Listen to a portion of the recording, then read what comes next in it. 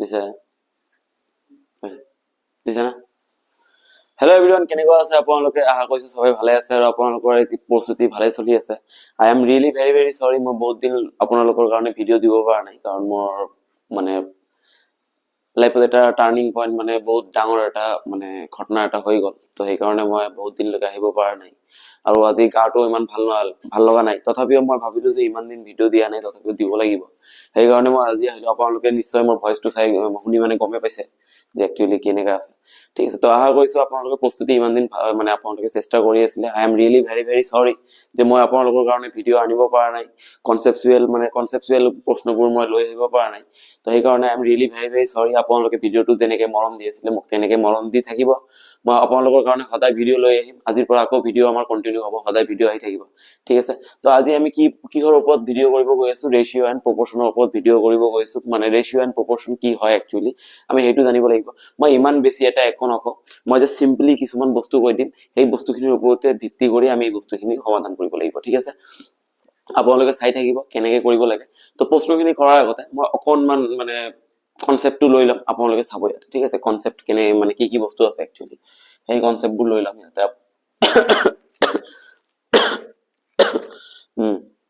ঠিক আছে, চাই থাকিব আপোনালোকে।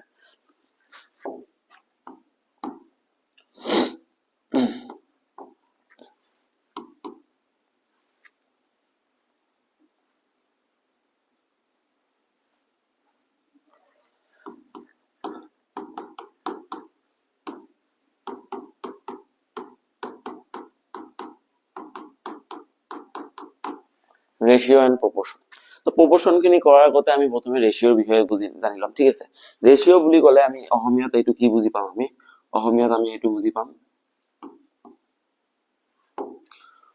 অসমীয়াত ইয়াক কি বুলি কোৱা হয়? অনুপাত।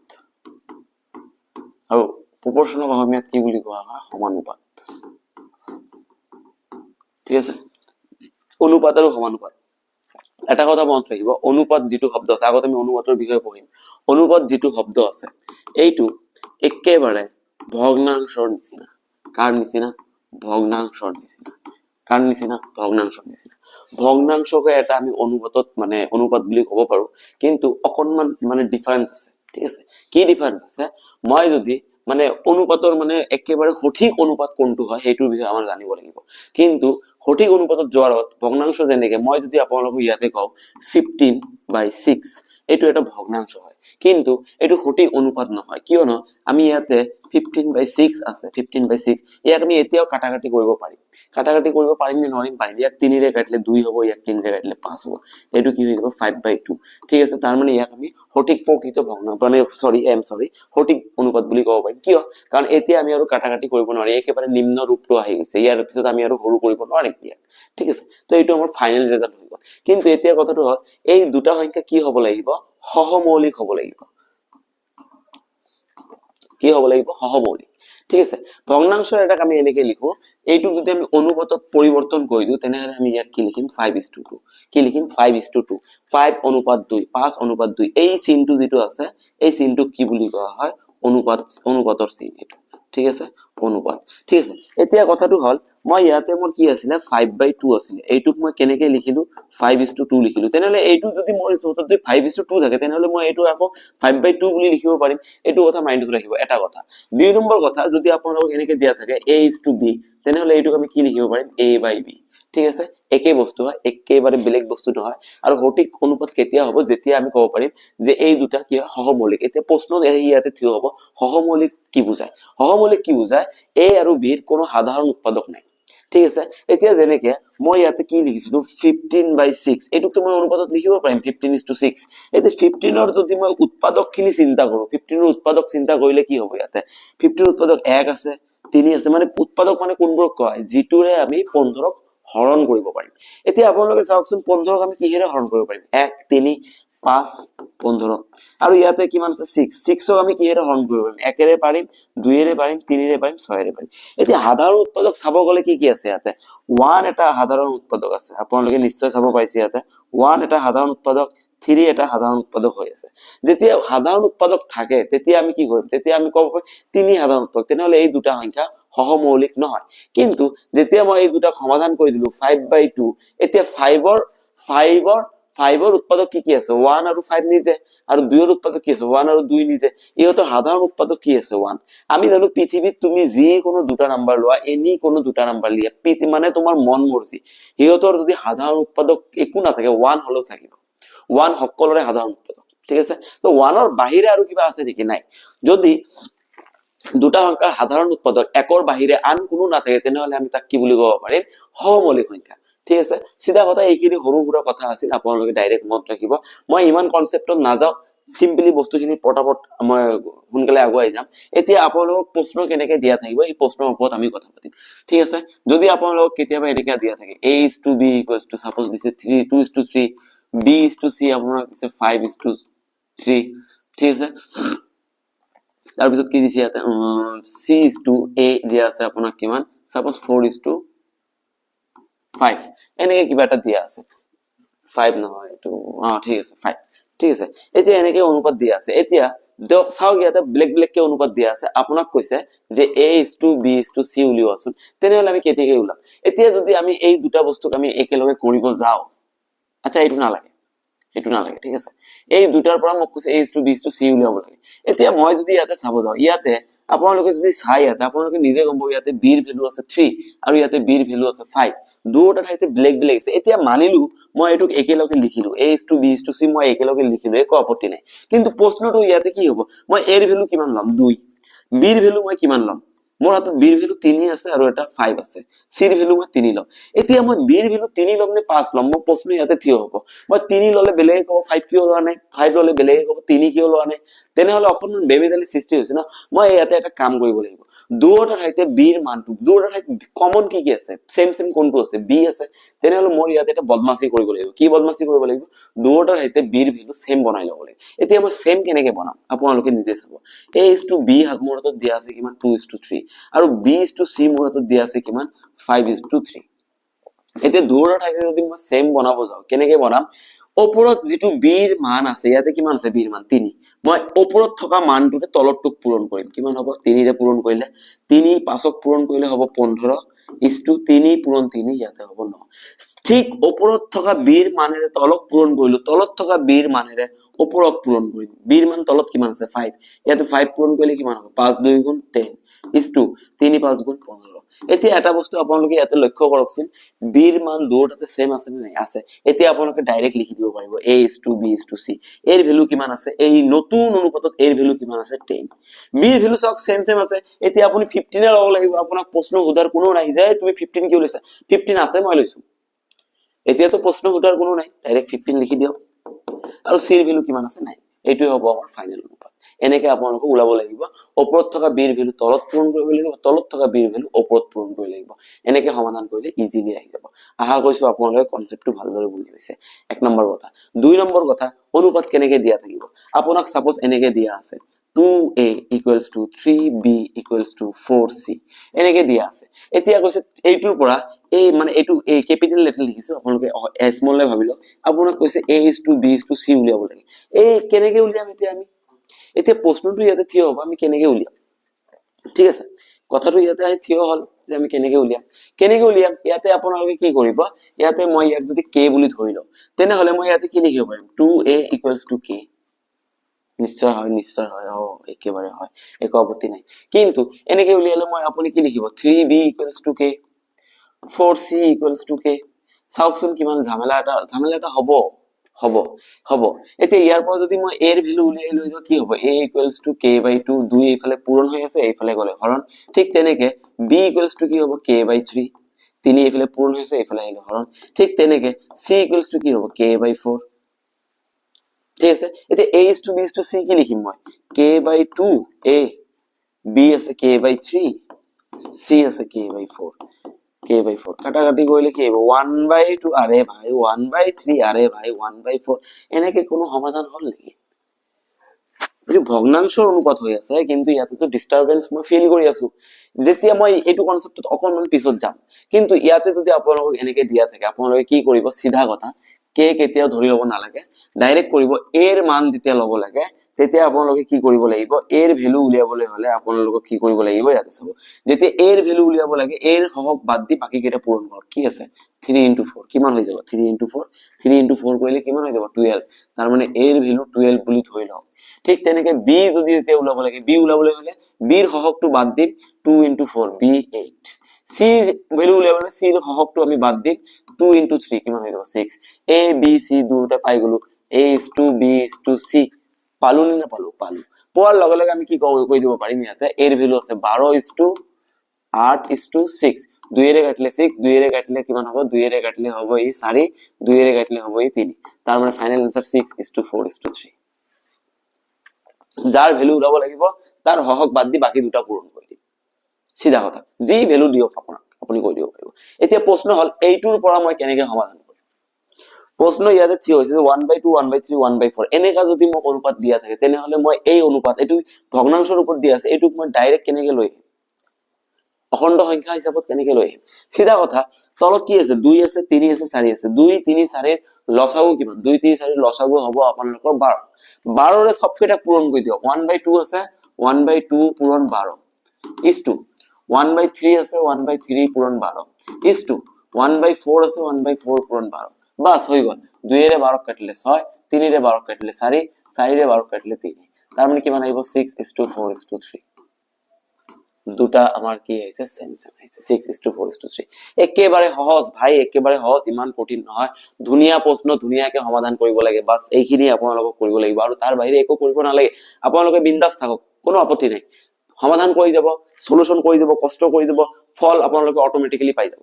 ঠিক আছে, ফল আপোনালোকে অটোমেটিক্যালি পাই যাব। কিমান ধুনীয়াকৈ প্ৰশ্নটো সমাধান হৈ গল। আমাৰ কিবা কষ্ট হৈছে নেকি, নাই হোৱা, মই গম পাইছো, ধুনীয়াকে হৈ গল। ঠিক আছে, এইটো গল আমাৰ ৰেশিও, আৰু ৰেশিওৰ ভিতৰত এইখিনি কনসেপ্টৰ ওপৰত প্ৰশ্ন থাকে। ঠিক আছে, বাকি প্ৰশ্নখিনি সমাধান কৰোঁতে মই ট্ৰিক ইউজ কৰিম, আপোনালোকে তাতে গম পাই যাব যে ট্ৰিকটো কেনেকৈ ব্যৱহাৰ কৰিব লাগে। বাকি এইখিনি কনসেপ্ট আপোনালোকে লৈ লৈছে। এতিয়া প্ৰপোৰ্শনৰ কথা অকণমান চিন্তা কৰো। ঠিক আছে, প্ৰপোৰ্শন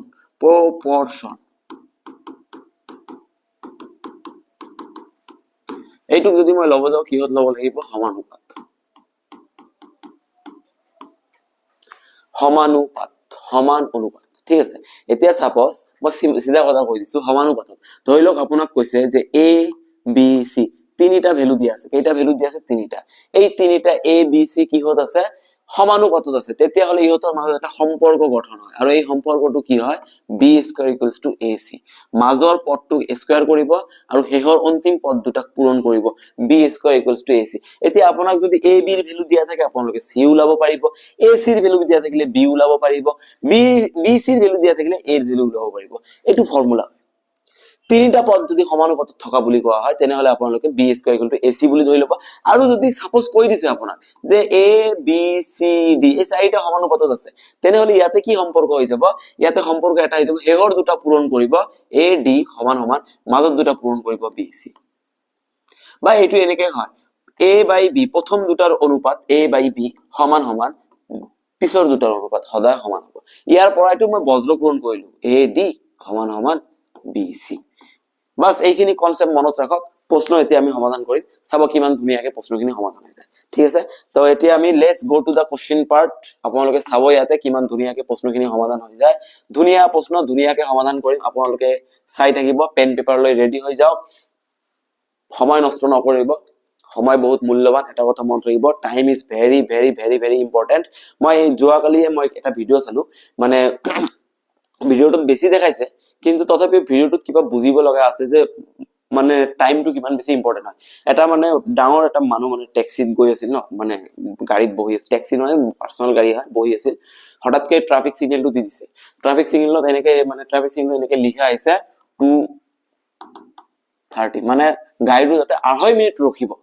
এতিয়া সেই মানুহজন কি কৰিলে, লৰালৰিকে গাড়ীৰ পৰা নামিয়ে ই নিজৰ বেগৰ পৰা কিছুমান বস্তু ওলাই সেই ইমান ট্ৰাফিকত ই 2.5 মিনিটৰ কাৰণে তাৰ কোম্পানীৰ বস্তুটো সেল কৰা ষ্টাৰ্ট কৰি দিলে। সেই 2.5 মিনিট, এতিয়া সি যদি এই 2.5 মিনিট গাড়ীৰ ভিতৰত বহি থাকে সেই 2.5 মিনিট ইয়াৰ ওয়েস্ট যাব, লস হৈ যাব। সেই কাৰণে সি কি কৰিলে 2.5 মিনিট যাতে ইয়াৰ নষ্ট হৈ নাযায়, এনেতো মই গাড়ীৰে ট্ৰাভেল কৰিবই লাগিব, মই গাড়ীৰে যাওঁতে যিমান সময় লাগে লাগিব আৰু, কিন্তু এই 2.5 মিনিট যে মই ট্ৰাফিকত লাগি থাকিম সেই সময়খিনি মোৰ এনে নষ্ট হৈ আছে। সেই মানুহটো লগে লগে হলে ইয়াৰ কোম্পানী বেগ মানে বস্তুখিনি কোম্পানীৰ বস্তু মানে চেল কৰা ষ্টাৰ্ট কৰি দিলে লগে এই 2.5 মিনিটৰ ভিতৰত, আৰু 2.5 মিনিটৰ ভিতৰত যিখিনি চেল কৰিলে লৰালৰিকে আহি আকৌ নিজৰ গাড়ীৰ ভিতৰত বহি গৈছে। চাওক টাইমটো কি কিমান বেছি ভেলু দি আছে, টাইমটো কি কিমান বেছি ভেলু দি আছে আপোনালোকে নিজে চাওক, ঠিক আছে।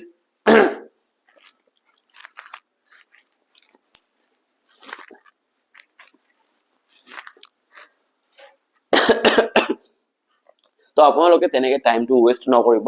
Time is very very important, বহুত বেছি আৰু বহুত অমূল্যৱান, মানে ইয়াৰ কোনো মূল্যই হ'ব নোৱাৰে। টাইম বহুত বেছি ইম্পৰ্টেন্ট, টাইমটো আপোনালোকে ভালকে ইউজ কৰক, ঠিক আছে। তো ইয়াতে চাব প্ৰশ্ন এতিয়া কি আছে, যদি p is to q is to অনুপাতত এনেকে থাকে তেনেহলে q equal to 56 হয়, তেনেহলে p minus r কিমান হ'ব? এনেকা প্ৰশ্ন এবাৰ আসাম পুলিচত আহিব, কোশ্চিন অকনমান মডিফাই হ'ব, সেইকাৰণে মই ইয়াতে মডিফাই প্ৰশ্ন লৈ আহিছো, চাই থাকিব কেনেকে কৰিব লাগে, ঠিক আছে। মোক p is to q is to দিয়া আছে, কি দিয়া আছে অনুপাত 1/3 is to 2/3 is to 1/4, ঠিক আছে। এতিয়া এইটুক যদি মই এইটো ভগ্নাংশ অনুপাতত আছে, এইটুক যদি মই এতিয়া অখণ্ড সংখ্যা অনুপাতত তেনেহলে কি হ'ব? মই 3 আৰু 3 সেম আছে, বাদ দিয়ক। 3 আৰু 4 অনুপাত লসাগু কিমান? 12। 12ৰে সবকেইটাক পূৰণ কৰি দিম, 1/3 পূৰণ 12, 2/3 পূৰণ 12 is to 1/4 পূৰণ 12। 12 মই কি লৈছো? লসাগু। 3 ৰে 1 কাটিলে কিমান হ'ব? 4। 3 ৰে 1 কাটিলে 4, 4 ৰে 1 কাটিলে 3, বাস হৈ গল। 4 পূৰণ x 4 is to 4 পূৰণ 2 কিমান হ'ব? 8 is to 3, 4 is to 8 is to 3, ঠিক আছে। a is to b is to c value মই কিমান হলো? 4 is to 8 is to 3। ইয়াতে মোক কি কৈছে? p equal to 50 কি sorry q equal to 56, sorry এটো a is to b is to c নহয়, এটো value actually p is to q is to r, ঠিক আছে। ইয়াতে কৈছে q equals to কিমান? 56, q equals to কিমান? 56। এতে q যদি 56 হয়, মই অনুপাতত q কিমান পাইছো? অনুপাতত মই q কিমান পাইছো? 8 equals to 56। 8 যদি 56 এর সমান হয়, 1 কার সমান হ'ব? 1 কার সমান হ'ব? 56 divided by 8 কাটাকাটি কৰিলে কিমান হ'ব? 7। তাৰ মানে q এৰ ভ্যালু অনুপাতত 8, আৰু এই 8 কার সমান? 56 এর সমান, তেনেহলে 1 কার সমান? 7।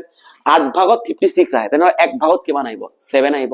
এতিয়া কথাটো হল p minus r ওলাব কৈছে, p minus r, p minus r, 4 এর পৰা 3 মাইনাস কৰিলে কিমান থাকিব? p minus r অনুপাতত 4 3, 4 এৰ পৰ 3 মাইনাস কৰিলে 4 মাইনাস 3 কৰিলে কিমান থাকিব? 1। ওকে, নো প্রবলেম। 1 এর ভ্যালু ইয়াতে মই কিমান পাইছো? 7। তার মানে এই 1 টো কার সমান হ'ব? 7 1। Option number D is the correct answer. কিমান ধুনীয়া এটা প্ৰশ্ন, জাস্ট অকনমান মাথা লগাব লাগে, উত্তৰ আহি যাব। অকনমান মাথা লগাবলে উত্তৰ আহি যাব, ঠিক আছে। এতিয়া নেক্সট প্ৰশ্নলৈ আমি আগুৱাই যাওঁ। ইয়াতে চাব, দুটা সংখ্যাৰ অনুপাত 8:11, যদি প্ৰত্যেকটা সংখ্যা 10 যোগ কৰিলে তেন্তে সংখ্যাৰ নতুন সংখ্যা দুটা 7:9 অনুপাতত থাকে। যদি প্ৰত্যেক সংখ্যাৰ পৰা 4 হ্ৰাস কৰা তেন্তে সংখ্যা দুটাৰ অনুপাত কি হ'ব? প্ৰথম অনুপাত কিমান দিছে? 8:11। দ্বিতীয় অনুপাত কিমান দিছে? 7:9। এতিয়া সবে কি কৰিব? 8:11 আছে, এটা সংখ্যা 8x ধৰিব, আনটো সংখ্যা 11x ধৰিব, 8x ৰ লগত 10 প্লাস কৰিব, 11x ৰ লগত 10 প্লাস কৰিব, 10 প্লাস কৰাৰ পিছত তাৰ পিছত সমান সমান ইকুৱেলস টু কিমান দিব? অনুপাত দিব 7/9। তাৰ পৰা x ৰ ভ্যালু উলিয়াই লব, উলিয়াই লোৱাৰ পিছত অংক কৰিব। ভাই ৰব আপুনি এনেকে নকৰিব, ৰব। ইয়াতে চাওক, মই ডাইৰেক্ট ভ্যালুটো উলিয়াই দিম, ঠিক আছে, ডাইৰেক্ট ভ্যালুটো উলিয়াই দিম, ঠিক আছে। এইটো মোৰ 5, মানে এইটো মোৰ এক্সাক্ট ভ্যালু, ঠিক আছে। এইটো মোৰ এক্সাক্ট, এইটো আফটাৰ প্লাস 10 10 যোগ কৰাৰ পিছত এইটো অনুপাত। এতিয়া এটা বস্তু চাওকচোন, 8 আৰু 7 ৰ মাজত গ্যাপ কিমান? 1, আৰু 11 আৰু 9 ৰ মাজত গ্যাপ কিমান? 2।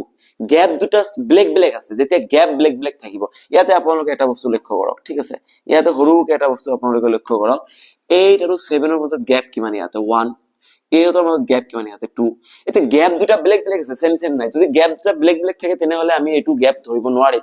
আমাৰ তেতিয়া এটা কাম কৰিব লাগিব, গ্যাপ দুটা সমান বনাব লাগিব। সমান বনাবলৈ হলে আমাক কি কৰিব লাগিব?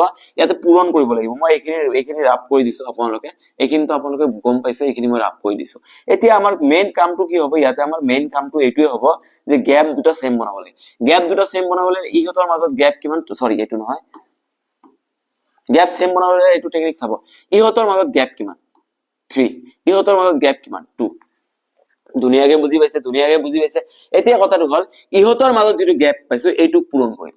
ইয়াক 2 ৰে পূৰণ কৰিলে কি হ'ব? 8 2 গুণ 16, 11 2 গুণ 22, আৰু ইয়াক ইহঁতৰ গ্যাপ কিমান 3 3ৰে মই ইয়াক পূৰণ কৰিম 3ৰে ইয়াক পূৰণ কৰিলে কিমান হ'ব 3ৰে ইয়াক পূৰণ কৰিম এইটো 3 মই ইয়াতে লৈ আহিছো এইটো 2 মই ইয়াতে লৈ গৈছো ঠিক আছে 3ৰে ইয়াক পূৰণ কৰিলে 3 7 গুণ 21 3 9 গুণ 27 বাস এতিয়া চাওকচোন গ্যাপটো কিমান আছে 16 ৰ ইয়াতে গ্যাপ কিমান 5 22 ৰ সামনে গ্যাপ 5 আমাৰ মেইন মোটিভ আছে গ্যাপটো সেম বনাব লাগে তেতিয়াহে আমাৰ কামটো ইজি হৈ যাব অনুপাতত গ্যাপ কিমান 5 প্ৰশ্ন মতে গ্যাপ কিমান 10 কাৰণ ইয়াৰ লগত 10 প্লাস কৰাৰ পিছতহে এইটো অনুপাত পাইছে প্ৰশ্ন মতে গ্যাপ কিমান 10 তেনেহলে 1 কাৰ সমান হৈ যাব 10/5 that is 2 অনুপাতত গ্যাপ 5 প্রশ্ন মতে গ্যাপ 10 বাস ধুনিয়াকে হৈ গল একোতো আপত্তি নাই এতিয়া ধুনিয়াকে হৈ গল তাৰ মানে 1 কাৰ সমান 2 ৰ সমান 1 যদি 2 ৰ সমান হয় তেনেহলে 16 কাৰ সমান হ'ব 1 2 ৰ সমান 16 2 * 16 কাৰ সমান হৈ যাব 32 আৰু 22 কাৰ সমান হ'ব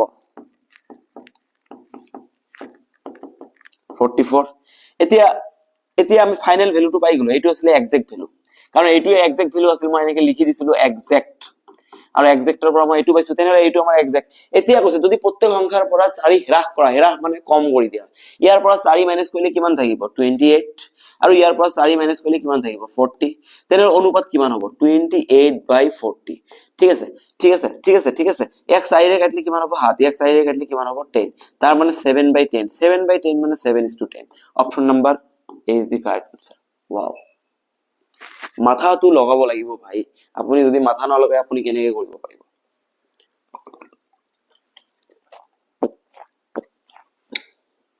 আহা কৈছে আপোনালোকে বুজি পাইছে এইটো কিন্তু একদম খতৰনাক টেকনিক হয় আৰু এই টেকনিকটো আটাইতকৈ বেছি ব্যৱহাৰ হয় কত বয়সৰ প্ৰশ্নত এজ প্ৰবলেম যিবোৰ আছে তাতে আটাইতকৈ বেছি ব্যৱহাৰ হয় ঠিক আছে তাৰ পিছত চাব ইয়াতে একদম ধুনিয়া প্ৰশ্ন কি আছে 14 6 আৰু 28 ৰ চতুৰ্থ সমানুপাতিক সংখ্যাটো কি 14 ওকে 14 তাৰ পিছত আছে 6 তাৰ পিছত আছে 28 তাৰ পিছত আছে চতুৰ্থ সমানুপাতিক সংখ্যাটো কিমান হ'ব মানে আমাক কি কৈছে x ৰ ভ্যালুটো ওলাব লাগে ভাই আমি x ৰ ভ্যালুটো ওলাম ধুনিয়াকৈ ওলাম চাই থাকিব আপোনালোকে কেনেকৈ ওলাব লাগে প্ৰথম দুটাৰ অনুপাত ওলাব লাগে প্ৰথম দুটাৰ অনুপাত কি আছে ইয়াতে 14 মই অকনমান আগতে কৈছো 14/6 ইকুৱেলছ টু হেহত দুটাৰ অনুপাত 28/x ঠিক আছে এতিয়া ইয়াতে 14 আছে 14 ক 14 ৰে কাটিলে কিমান হ'ব 1 14 28 ক কাটিলে 2 6 এফালে 2 ৰ লগত পূৰণ হ'ব x এফালে 1 ৰ লগত পূৰণ x 1 ৰ লগত পূৰণ হ'লে x এ থাকিব 6 2 ৰ লগত পূৰণ হ'লে 12 হৈ যাব তাৰ মানে চতুৰ্থ সমানুপাতিকটো কিমান হ'ব 12 অকনমান আগতে এইটো ফৰ্মুলা মই কৈ দিছো ঠিক আছে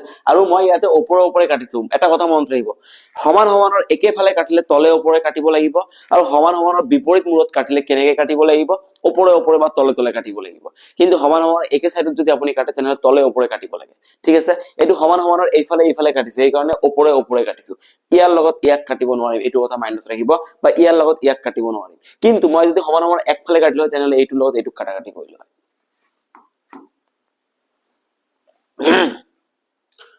অজয় ঠিক আছে কি কৈছে অজয় 4 গৰাকী শিশুৰ মাজত চকলেট কেইটামান 1/2 1/4 1/5 1/6 অনুপাতত বিতৰণ কৰে অজয়ৰ কমত কিমানটা চকলেট থকা উচিত ওকে অজয় কিমানটা চকলেট ৰাখিছে আমি ওলাম ঠিক আছে অনুপাতটো কি দিছে অজয় 1/2 1/4 1/5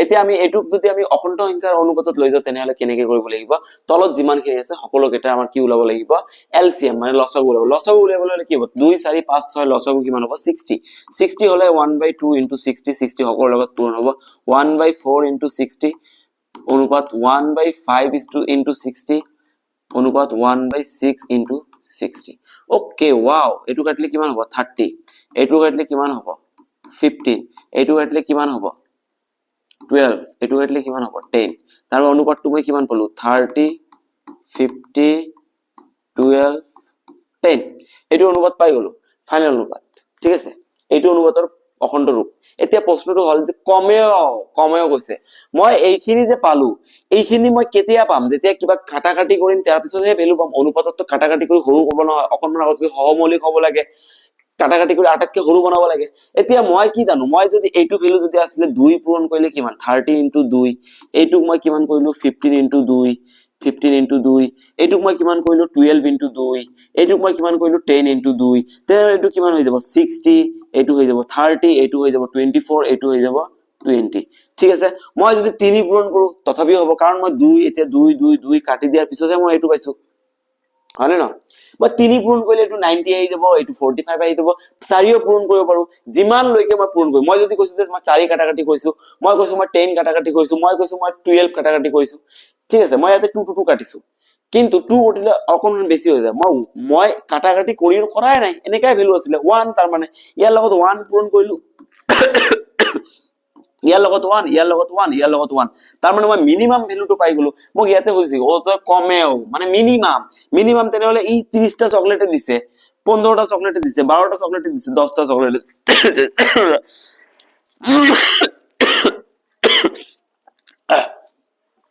তেনেহলে আপোনালোকে ডাইৰেক্ট সব 30 প্লাস 15 কিমান হৈ যাব 45 প্লাস 12 কিমান হৈ যাব 57 প্লাস 10 67 তার পিছত কমেও কেইটা চকলেট আছে 66 7 চকলেট যদি কোৱা হয় অতি বেছি চকলেট কেইটা আছে তেতিয়া আমি কব নোৱাৰিম আমি 1 লাখেৰো পূৰণ কৰিব পাৰো 1 কৰৰো পূৰণ কৰিব পাৰো পাৰো নে নোৱাৰো পাৰো তেনেহলে যদি কিছু অতি বেছি কেইটা চকলেট আছে তেতিয়া আমি কব নোৱাৰিম অতি কমেও কেইটা আছে 67 টা আছে কি কৈছে তিনিটা সংখ্যাৰ অনুপাত 4:3:7 এটা যদি তেওঁলোকৰ বৰ্গৰ যোগফল ওকে এটো হৈছে বৰ্গ ইয়াতে অকনমান জেমালি আছে ঠিক আছে তেন্তে আটাইতকৈ ডাঙৰ সংখ্যাটোৰ মান কিমান তেন্তে আটাইতকৈ ডাঙৰ সংখ্যাটো আটাইতকৈ ডাঙৰ কোন আছে ইয়ে আছে এতিয়ালৈকে ইয়াৰে ভ্যালু ওলাব লাগিব এতিয়া মই নাজানো না সংখ্যা কেইটা কি হয় বৰ্গৰ কথা কোৱাৰ লগে লগে আপোনালোকে ধৰি লব এটা 4x এটা 3x এটা 7x এক বৰ্গ কৰিলে কিমান হ'ব 4 বৰ্গ কৰিলে 16 x বৰ্গ কৰিলে x স্কয়াৰ যোগফল 3 বর্গ কইলে 9 x বর্গ কইলে x স্কয়ার 7 বর্গ কইলে 49 x বর্গ কইলে x যোগফল কিমান কইছে 666 এতিয়া আপুনি চাওকচোন 16 plus 9 কিমান হৈ যাব 16 plus 9 25 25 plus 49 কিমান হৈ যাব 25 ৰ লগত 49 plus কইলে কিমান হৈ যাব 74 ঠিক আছে 74x square equals to 666 এইফালে আছে x square এইফালে আছে 666 divided by 74 ঠিক আছে 74 দি এতিয়া মই 666 ক কাটি কৰিম কাটি কৰিলে মোৰ কিমান আহিব 9 তাৰ মানে x square equals to মোৰ কিমান 9 x equals to মোৰ কিমান আহিব 3 9 ক ৰুট কৰিলে 3 আহিব 3 হৈ গল 3 হৈ গল এতিয়া মোক ডাঙৰটো লাগে ডাঙৰটো কিমান 7x তাৰ মানে 7 into 3 কিমান হৈ যাব 21 কিমান ধুনিয়া প্ৰশ্ন দেখ মানে কৰি ভাল লাগে এনেকা প্ৰশ্ন কৰি ভাল লাগে আৰু এনেকা প্ৰশ্নই থাকিব অকনমান হাজু হৈ থাকক এবাৰ ঠিক আছে একেবাৰে হালকা ভাবে নলব আপোনালোকে এইবাৰ ঠিক আছে এইটো চাও কি কৈছে ইয়াতে যে যদি 4 আৰু 16 তৃতীয় সমানুপাতিক সংখ্যা x হয় আৰু 12 আৰু 13 সমানুপাতিক সংখ্যা y হয় তেন্তে x is to y 4 আৰু 16 তৃতীয় সমানুপাতিক মানে কি কৈছে 4 16 তৃতীয় সমানুপাতিক x মই তৃতীয় সমানুপাতিক মই এতিয়াই কৈছো যে তিনিটা ভ্যালু দিয়া থাকিব তেতিয়া কি হয় মাজৰটোকে স্কয়াৰ কৰিব লাগে মাজৰটো স্কয়াৰ সমান সমান হেৰ দুটা পূৰণ 4x তেনে x কিমান হৈ যাব 16 স্কয়াৰ মানে কি 16 দুবাৰ পূৰণ ডিভাইড বাই 4 4 দি 16 কাটিলে 4 4 into 16 কিমান হৈ যাব 64 ওয়াও নো প্রবলেম ঠিক আছে এটো মই পাই গলো দ্বিতীয় কথা আকৌ কি কৈছে আৰু 12 আৰু 3 ৰ মধ্যম সমানুপাতিক মানে মধ্যম মানে এইটো y তেনে এইটো কি হ'ব y স্কয়াৰ ইকুয়ালস টু অন্তিম দুটা পূৰণ 12 পূৰণ 3 কিমান হৈ যাব 36 y স্কয়াৰ যদি 36 হয় y ৰ ভ্যালু কিমান হ'ব 6 কাৰণ 6 ক স্কয়াৰ কৰিলে 36 হয় x ৰ ভ্যালু আমি পালো 64 y ৰ ভ্যালু আমি পালো 6 এতিয়া x is to y 64 is to 6 64 by 6 2 এৰে কাটলে হ'ব 3 2 এৰে কাটলে হ'ব 32 আলটিমেটলি आंसर কিমান পালো 32 is to 3 option number D is the correct answer 32 is to 3 কিমান ধুনিয়া প্ৰশ্ন লৈ আইছো আপোনালোকে মনটো মানে ইমান ভাল লাগিব লাগে আপোনালোকে মানে নিজে চাওক মোৰ ভয়েসটো এতিয়া অকমান ভাল হৈ গৈছে আপোনালোক ক্লাস কৰাতে ইমান ধুনিয়া প্ৰশ্ন ভাল হ'বই আকৌ এনেকা টাইপৰ প্ৰশ্ন আপোনালোকে দেখা হ'ব ইমান ধুনিয়া কোৱালিটি কন্টেন্ট দি আছো প্লিজ আপোনালোকে সাপোৰ্ট কৰিব প্লিজ এটো মই আপোনালোকৰ ওপৰত ৰিকুৱেষ্ট মই ইমান দিনৰ পৰা ভিডিও দি আছো তথাপিও মোৰ ইমান এটা সাবস্ক্ৰাইবাৰ হোৱা নাই কাৰণ মই বেলেগৰ নিচিনা এনেকা মানে ফটো আমি নকৰো যে কিমান তাৰিখে দিব এইটো ৰিজাল্ট কিমান তাৰিখে দিব হেতু ৰিজাল্ট এনেকা ফটো আমি মই নকৰো হসাকে চাব মোৰ চেনেলত আপোনালোকে এনেকা ফটো আমি ভিডিও কেতিয়াও নাপাব যে এডিআৰই ৰিজাল্ট দিয়া হল লাষ্টত এটা কোশ্চেন মাৰ্ক দিয়া থাকে যে এডিআৰই ৰিজাল্ট দিব এনেকা টাইপৰ আপোনালোকে পাব ঠিক আছে এনেকা টাইপৰ মানে পাব ADRE এনে থাম্বনেলত পাব ADRE ৰেজাল্ট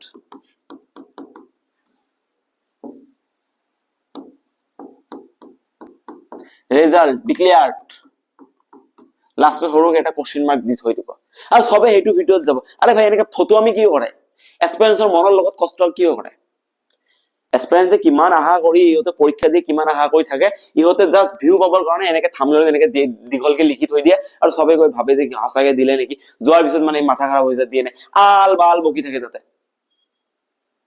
কি ফটো আমি এইবোৰ এক্সপেৰিয়েন্সৰ মানে মনটো লৈ মানে খেল ধেমালি কৰি খুব ভাল লাগে ন মই সব কেইটা টিচাৰকে কৈ আছো মানে যিমান অনলাইন পাইছে আপোনালোকে বহুত ভাল পঢ়াই মই আপোনালোকৰ ভিডিঅ চাইছো আগতো চাইছো বহুত ভাল পঢ়াই মই কেতিয়াও আপোনালোকক মনকে বেয়াকে নকওঁ কিন্তু আপোনালোকে এইনেকা ফটো আমি কিয় কৰে এনেকা ফটো আমি কৰিব নাপায় এই ৰেজাল্ট দিলে কি হ'ব ৰেজাল্টত কিমান কাট অফ যাব দুদিন মান আগতে মই সৰু এটা কথা কৈ দিছো দুদিন মান আগতে এটা টিচাৰ মই নাম নকওঁ মই কি চালো ইয়াৰ কি দিছে যে AGRE রেজাল্ট ডিক্লেয়ার ডেট দি দিছে মই তাতে ভিডিঅটো চাব গলো মই গম পাইছো ক্লাছত কোশ্চেন মাৰ্ক দিছে স্মাৰ্ট হয় কাৰণ তাতে কোনো এক কোশ্চেন কৰিব না মই কোশ্চেন মাৰ্ক দিছিলো মই ভিডিঅটো চাব গলো মই চাও এই ভিডিঅটোত একচুয়ালি কি দিছে মই চাব গলো চাই ভিডিঅটো 4 মিনিট 12 সেকেন্ড কেনেকা কিমান এটা টাইমৰ ভিডিঅ এটা বনাইছিলে একো তাতে ৰেজাল্টৰ কথা নকলে কি কলে এইটো এতিয়া ইমান তাৰিখে হ'ব এই কাট অফ ইমান যাব পাৰে ADRE cut off ADRE exam মানুহ কিমান দিন আগতে দিছে আৰু কাট অফৰ কথা আজি তই ডিসকাস কৰি আছ লাষ্টত কোৱাৰ পিছত লাষ্টত কি কৈছে সেল কৰিছে ইয়াৰ কোৰ্স সেল কৰিছে যে মই আপোনালোকৰ কম্পিউটাৰৰ কাৰণে সেল কোৰ্স বনাইছো 399 লৈ লওক কোৰ্সটো একচুয়ালি কোৰ্স সেল কৰিব আহিছে তই লিখি দে না ইয়াতে মই কোৰ্স সেল কৰিব আহিছো কি এইবোৰ ফটোমো কি কৰে কিমান টিচাৰ আছে কি এই টিচাৰ বোৰে একো নকৰে এই এনেকা ফটো আমি নকৰে বহুত টিচাৰ আছে বহুত ভাল এনেকা নকৰে কিন্তু কিছুমান টিচাৰ আছে এনেকা ফটো আমি মানে ইহতৰ মানে ষ্টুডেন্টৰ মানে লাইফটো লৈ খেল ধেমালি কৰি বেছি ভাল লাগে ষ্টুডেন্টৰ কি হয় হক হ'ব মোৰ চাব দৰকাৰ নাই এই মানে ইহতৰ নিজৰ পইচা মানে বেংক একাউন্টত পইচা হমালে হৈ গল সাবস্ক্রাইবার বহুত পাই গৈছো মই ইমান পপুলার আরে ভাই পপুলার তোর এনেকা ষ্টুডেন্টৰ লগত তেনেহলে খেল ধেমালি কি হ'ব তাৰ মানে তই এটো টোটাল বিজনেস মাইন্ডত লৈছো ষ্টুডেন্টৰ কথা চিন্তা কৰিব নালাগে ষ্টুডেন্ট কি হয় হক চাব দৰকাৰ নাই এই গোটেই ভিডিওটো মই চাইছো গোটেই ভিডিওটোত এটা ৰেজাল্টৰ ডেটৰ কথা অকনমান নকলে ডাইৰেক্ট কি কলে কাট অফ ইমান যাব পাৰে আপোনালোকে চাই থাকিব কাট অফ এনেকা যাব হেতু হ'ব এনেকা এটা ঠাইত বহিব ঘৰৰ এটা কৰ্ণাৰত বহিব আৰু মানে বকি থাকিব চশমা এটা পিন্ধিব বহি বকি থাকিব লাষ্টত কি কব আপোনালোকে যদি কম্পিউটাৰৰ কোৰ্স কৰে তেনেহলে ADRE কাৰণে কম্পিউটাৰ টেষ্ট স্কিল টেষ্ট হ'ব এইটো কাৰণে যদি আপোনালোকে কোৰ্স ল'ব বিচাৰে তেনেহলে লৈ লওক আৰে ভাই তেনেহলে থাম্বনেলত এইটো কিয় লিখিছ ফটো আমি আৰম্ভ কৰি দিছো নেক্সট প্ৰশ্নটো চাও নেক্সট প্ৰশ্ন এইটো কৰিলো এইটো কৰিলো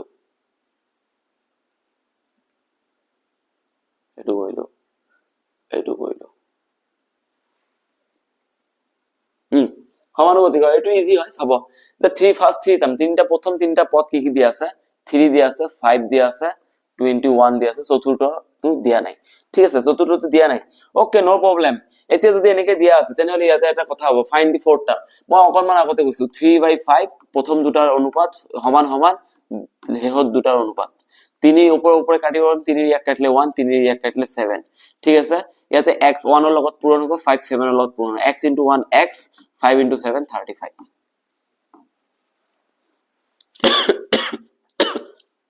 দুনিয়া প্ৰশ্ন হয় ঠিক আছে এইটো চাব বয়সৰ প্ৰশ্ন ঠিক আছে the sum of the present ages of Abhi and his son Abhi and son বৰ্তমান কি হৈছে অভি আৰু তেওঁৰ পুত্ৰৰ বৰ্তমান বয়সৰ যোগফল 50 বছৰ অভি আৰু তেওঁৰ পুত্ৰৰ বৰ্তমান বয়সৰ যোগফল কিমান 50 বছৰ ওকে নো প্ৰবলেম মই লিখি দিলো 50 বছৰ ঠিক আছে 5 বছৰ আগতে অভিৰ বয়স আৰু তেওঁৰ পুত্ৰৰ বয়সৰ 7 গুণ আছিল 5 বছৰ আগত অভিৰ বয়স তেওঁৰ পুত্ৰৰ বয়সৰ কিমান আছিল 7 গুণ আছিল ইয়াতে তো অকনমান বদমাসি হৈ গল ঠিক আছে আপুনি নিজে কওকচোন ইহতৰ বয়সৰ যোগফল কিমান 50 বছৰ ঠিক আছে ওকে ঠিক আছে এতিয়া প্ৰশ্নটো ইয়াতে কি থিয় হৈছে যে 5 বছৰ আগত কি কৈছে 5 বছৰ আগত ঠিক আছে মই ধৰি লৈছো 5 বছৰ আগত সিধা কথা ইয়াতে মই সিধা সিধিকে আনসাৰ উলিয়াই দিম আপোনালোকে কেনেকৈ কৰিব চাব ঠিক আছে 5 বছৰ আগত অভিৰ বয়স কিমান হ'ব a - 5 পুত্ৰৰ বয়স কিমান হ'ব s - 5 কাৰণ 5 বছৰ আগত কলে পিতাকৰ পৰা 5 বছৰ মাইনাস পুত্ৰৰ পৰা 5 বছৰ মাইনাস দুটাৰ পৰা 5 বছৰ মাইনাস হৈ যাব ঠিক আছে কি কৈছে অভিৰ বয়স পুত্ৰৰ বয়সৰ কিমান আছিল 7 গুণ আছিল পুত্ৰৰ বয়স এইটো অভি মানে বাপেকৰ বয়স এইটো পুত্ৰৰ বয়সৰ 7 গুণ মানে পুত্ৰৰ বয়সৰ লগত 7 পূৰণ কৰিলে বাপেকৰ বয়স পোৱা যায় ঠিক আছে সিম্পল কথা এতিয়া আপোনালোকে ইয়াতে এটা বস্তু চাব মন কৰি ঠিক আছে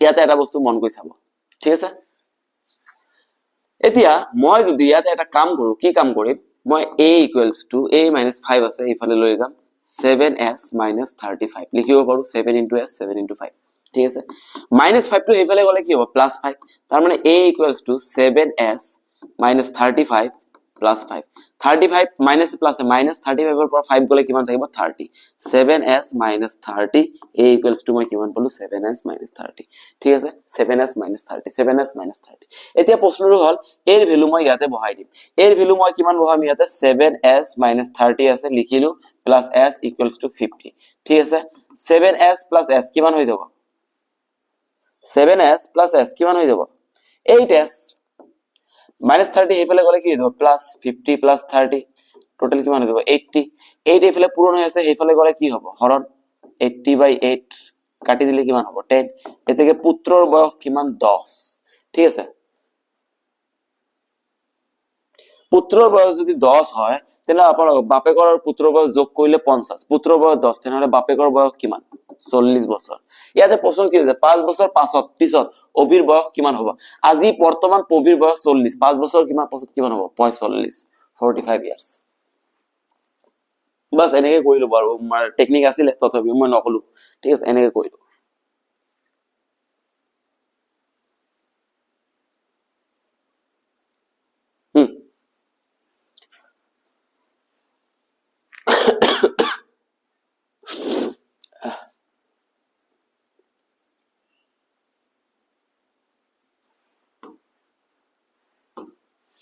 চাব ইয়াতে কি কৈছে a আৰু b টকাৰ অনুপাত 9:5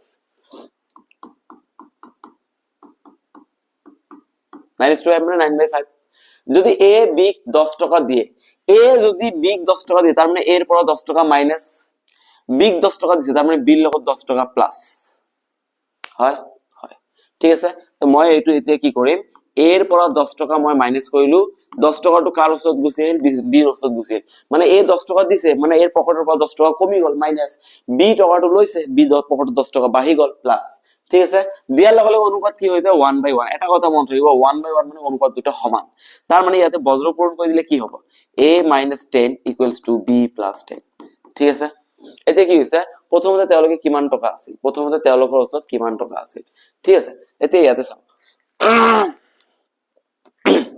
ইয়াতে চাব এতিয়া a - 10 টো মই হেফাল লৈ গলে কি হ'ব +10 a = +10 হলে কি হ'ব b + 10 আছে আৰু 10 এটা প্লাস হৈ যাব b + 20 হৈ যাব এতিয়া মই এই ভ্যালুটো ইয়াতে বহাই দিম b + 20 / b = 9/5 ঠিক আছে এতিয়া পূৰণ কৰিলে কি হ'ব 9b আৰু এইফালে পূৰণ কৰিলে কি হ'ব 5b 5 * 20 কিমান হৈ যাব 100 5b এইফালে আহিলে মাইনাস 9b ৰ পৰা 5b - = 100 সৰি 100 আছে এইফালে ঠিক আছে 9টাৰ পৰা 5টা গলে কেটা থাকিব 4টা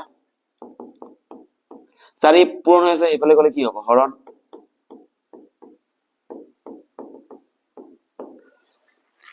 তাৰ মানে b এর ভ্যালু কিমান 25 তেনেহলে a এর ভ্যালু কিমান হ'ব a এর ভ্যালু কিমান হ'ব a = b + 20 তেনেহলে a এর ভ্যালু b তকৈ 20 বেছি তাৰ মানে ইয়াৰ লগত যদি মই a = কিমান হ'ব b + 20 এই ইয়াতে আছে চাওক এতিয়া b ৰ লগত 20 এটা প্লাস কৰিলে কিমান হ'ব b ৰ মান 25 ইয়াৰ লগত 20 এটা প্লাস কৰিলে কিমান হ'ব 45 তাৰ মানে 25 আৰু 45 45 আৰু 25 a এর ভ্যালুটো আগত লিখা আছে আগত 25 পিছত বাস খতম ঠিক আছে তো আজিৰ কাৰণে এইখিনি আছিল ধুনিয়াকে আমি প্ৰশ্নখিনি সমাধান কৰিলো ভিডিওটো নাজানো কিমান দীঘল হৈছে তথাপি আপোনালোকে ইমান টাইম দিয়াৰ কাৰণে বহুত থ্যাংক ইউ আৰু লগতে আপোনালোকে যেনেকে মৰম দি আছিল তেনেকে মৰম দি থাকিব মই কষ্ট কৰি যাম আপোনালোকৰ কাৰণে আপোনালোকে হাজু হৈ থাকক একেবাৰে চিন্তা নকৰিব ধুনীয়াকে আপোনালোকে প্ৰেক্টিচ কৰি থাকক আৰু আশা কৰিছো আপোনালোকৰ এক্সাম এবাৰ ভাল হ'ব চৰকাৰী বহীত আপোনালোকৰ নাম থাকিব ঠিক আছে আৰু ইউটিউবত এই ফটো আমি থাম্বনেল চাই ভিডিঅ'বোৰ নাচাব এইবোৰ সব ফটো আমি ষ্টাৰ্ট কৰিছে জাস্ট ভিউ পাবৰ কাৰণে আপোনাৰ কি হয় ইহঁতো চাব দৰকাৰ ঠিক আছে আজিৰ কাৰণে এইখিনিয়ে আপোনালোকে সহায় কৰিব ময়ো আপোনালোকক সহায় কৰিম ধন্যবাদ